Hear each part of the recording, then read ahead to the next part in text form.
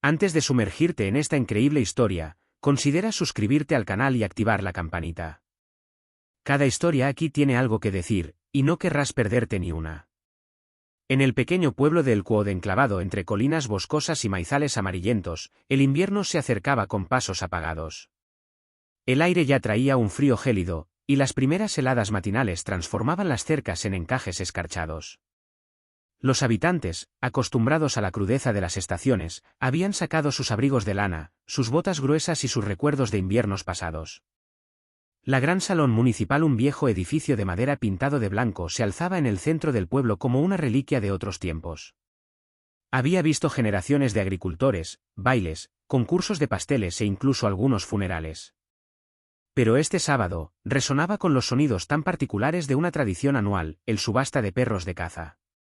El olor a paja húmeda, heno y tierra apisonada flotaba en el aire, mezclándose con el olor más acre del desinfectante y el frío metal de las jaulas.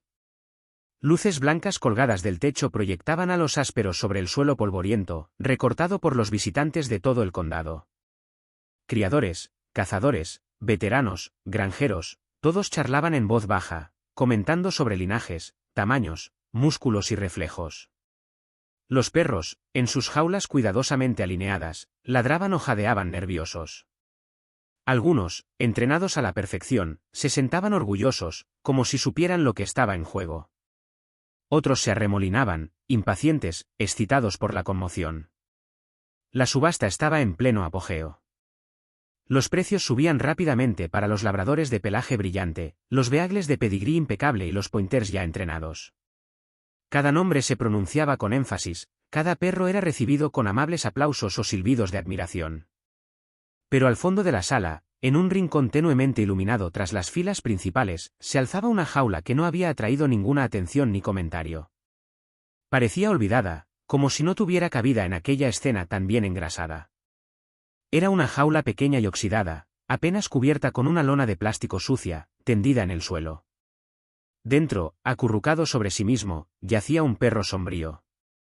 Era delgado, con las costillas visibles bajo su piel correosa.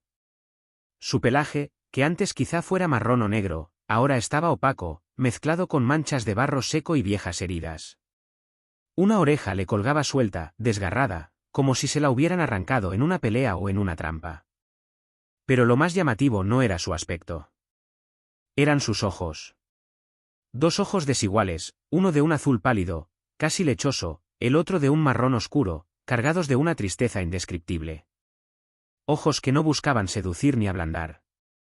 Observaban el mundo con una resignación dolorosa, la de quien ya no espera nada. Era la mirada de un animal que jamás había conocido el calor de un hogar ni la caricia de una mano cariñosa. Cuando la puja se ralentizó, señor Dugan, el organizador, un anciano corpulento con una barba blanca manchada de tabaco, tomó el micrófono con voz cansada. Bueno, ahora pasamos al último lote. La charla se apagó. Algunos ya estaban empacando sus cosas. Macho adulto.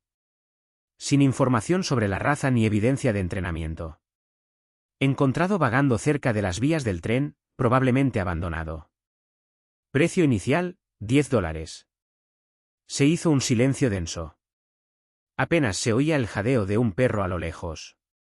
Entonces un hombre en la primera fila, un cazador conocido por su sarcasmo, dijo con una risa burlona. Pagaría $10 por mantener esa bolsa de huesos lejos de mí. Se oyó una carcajada. Una mujer apartó la mirada con lástima. El señor Dugan se encogió de hombros, listo para cerrar la caja. Pero justo cuando estaba a punto de anunciar la retirada del lote, una voz se alzó desde el fondo de la sala. No fuerte, pero sí clara. Una voz joven, tranquila y decidida. ¿Me lo llevo? El silencio se apoderó de todos, como si se hubiera rasgado un mantel. Las cabezas se volvieron hacia el fondo del salón. Un joven caminaba lentamente entre las jaulas. Vestía vaqueros descoloridos, una chaqueta de trabajo desgastada y botas polvorientas. Una gorra le protegía los ojos, pero en su expresión se percibía una especie de seria ternura. Ethan Carter, de 22 años, era muy conocido en el Quod. Hijo de granjeros que murieron prematuramente, vivía solo en la granja familiar. Tranquilo, reservado, siempre educado. Pero aquí, parecía diferente, impulsado por una extraña convicción. Se acercó a la jaula del perro, sacó con calma un billete arrugado de $10 y se lo entregó al señor Dugan, quien lo miró con una mezcla de sorpresa e incredulidad. ¿De verdad quieres eso? Ethan asintió sin responder. Entonces se arrodilló frente a la jaula. Lentamente, sin movimientos bruscos, abrió la puerta. El perro no se movió. Ethan extendió la mano, con la palma abierta, y susurró. ¿Tiene nombre? El señor Dugan, detrás de él, gruñe. No a este tipo de perro simplemente lo llaman el mestizo. No hay que buscarle nobleza. Ethan no respondió. Miró fijamente los dos ojos rotos que lo observaban. Vio miedo, dolor, soledad. Pero también vio una chispa, diminuta, parpadeante, pero ahí estaba. Él sonrió suavemente y dijo en voz baja. Así que a partir de hoy, tu nombre será Oportunidad. Y por primera vez en mucho tiempo, el perro se movió. Muy levemente. Ladeó la cabeza. Y en sus ojos, algo cambió. Ethan vivía solo en una caravana vieja y destartalada al borde de un campo en barbecho, donde los caminos pavimentados se convertían en senderos de tierra. Los inviernos eran duros, el techo crujía con el viento y las noches se alargaban silenciosas. Lo había dejado todo atrás tras la repentina muerte de sus padres en un accidente de coche, la escuela, los sueños, los planes. Había regresado al quad como quien regresa de un naufragio, solo para encontrar la granja familiar ahogada en deudas y con buitres ya rondando la tierra. Al negarse a vender a las inmobiliarias, Ethan se había ganado el desprecio de sus tíos, la fría compasión de sus primos y un aislamiento casi total. Se ganaba la vida reparando motores en el taller de Bill Saunders, un hombre brusco pero justo que respetaba el silencio de Ethan. No hablaba con nadie, salvo a veces con la anciana señora Hanover en la iglesia, o con el chico autista del barrio que solía venir a pedirle herramientas. Cuando trajo a Chance a casa, el perro no salió inmediatamente de su jaula. Miró a Ethan con esa intensidad herida de quien ha sido traicionado con demasiada frecuencia. No gruñó ni lloró, simplemente se quedó allí paralizado, como esperando un nuevo castigo.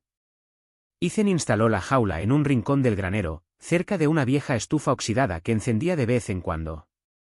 Colocaba con cuidado un tazón de comida allí cada mañana, cambiaba el agua y se sentaba cerca, leyendo un libro o simplemente contemplando las colinas.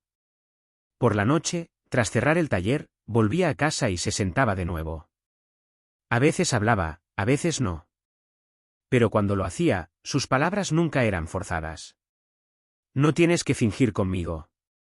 No aquí. No ahora. Sé lo que se siente estar dañado. No intentaba dominar al perro ni entrenarlo. Simplemente esperaba, como quien espera el deshielo tras un largo invierno. Durante las primeras semanas, Chance no tocó nada. Una mañana, el cuenco fue movido. Al día siguiente, estaba vacío. Al día siguiente, Ethan sintió una ligera brisa rozando sus dedos al extender la mano.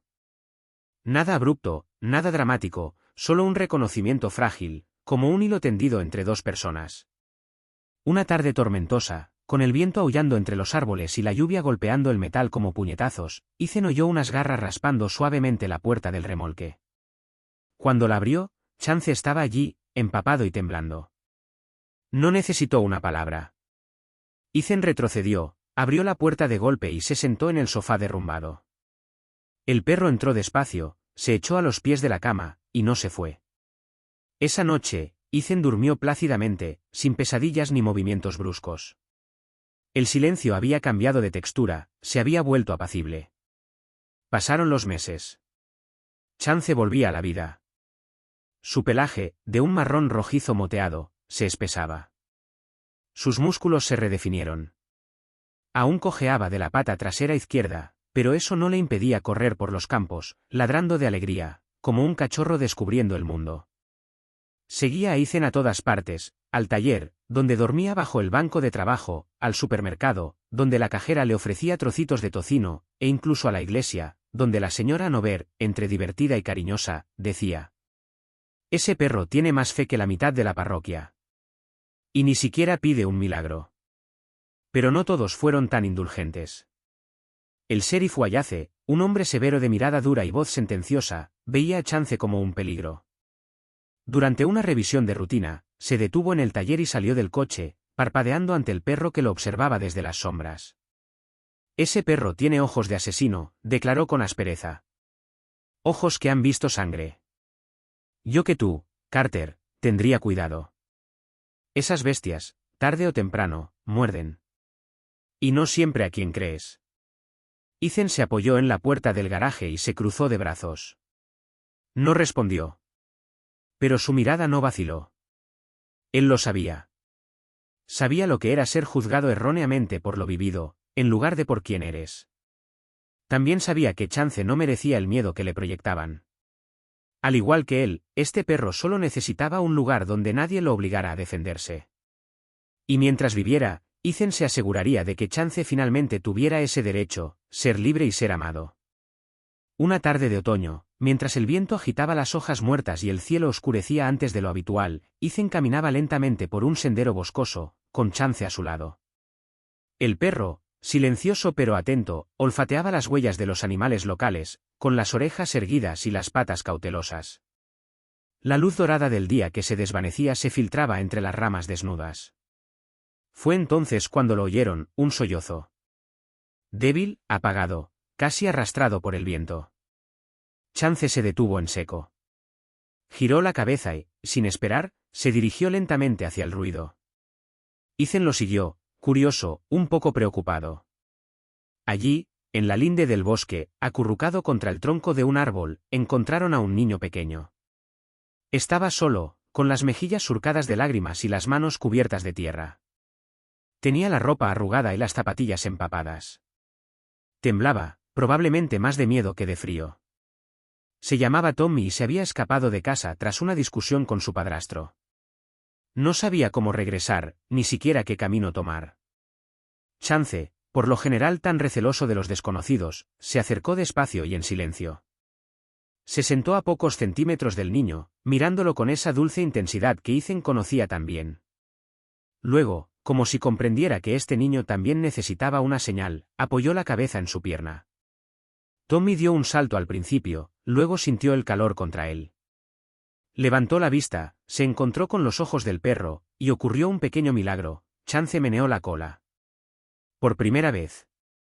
No fue un movimiento repentino, sino un tambaleo discreto, casi tímido. Una señal de paz. Tommy sonrió entre lágrimas, una sonrisa frágil pero sincera.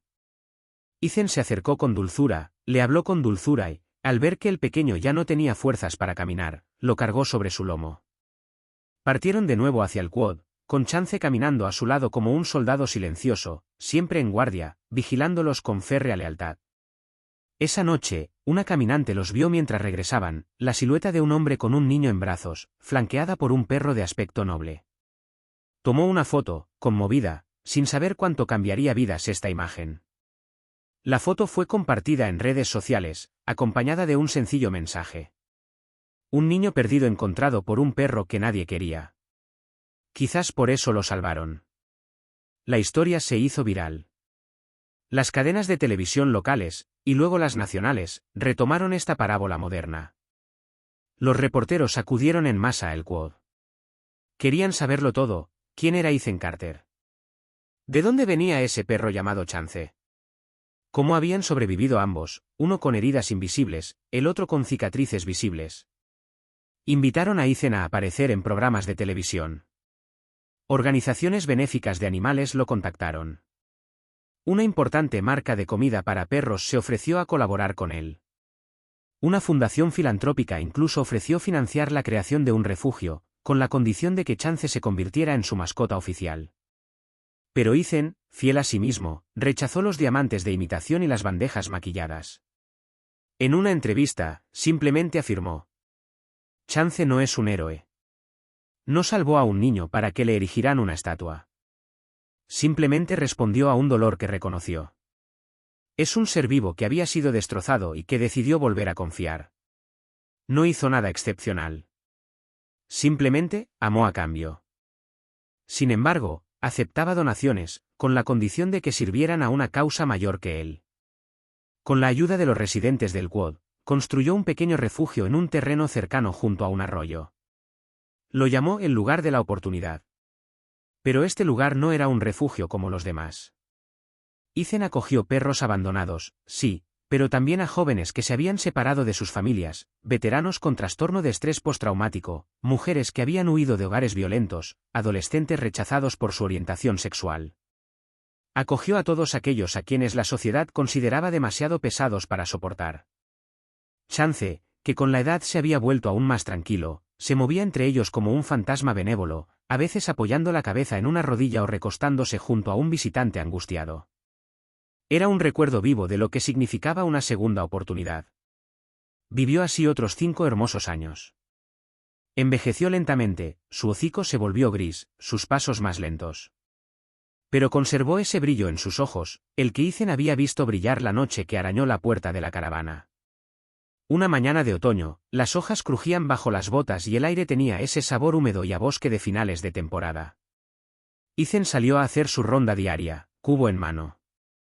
Encontró a Chance tumbado en el porche del refugio, donde le gustaba sentarse a contemplar el horizonte. Parecía dormir plácidamente. Pero no respiraba. Ethan se arrodilló. Permaneció así un buen rato, con una mano apoyada en la cabeza de su compañero y los ojos cerrados, dejando que el silencio se instalara. Entonces, como se había prometido, cavó una tumba cerca del gran roble, aquel bajo el que a Chance le gustaba tumbarse en verano.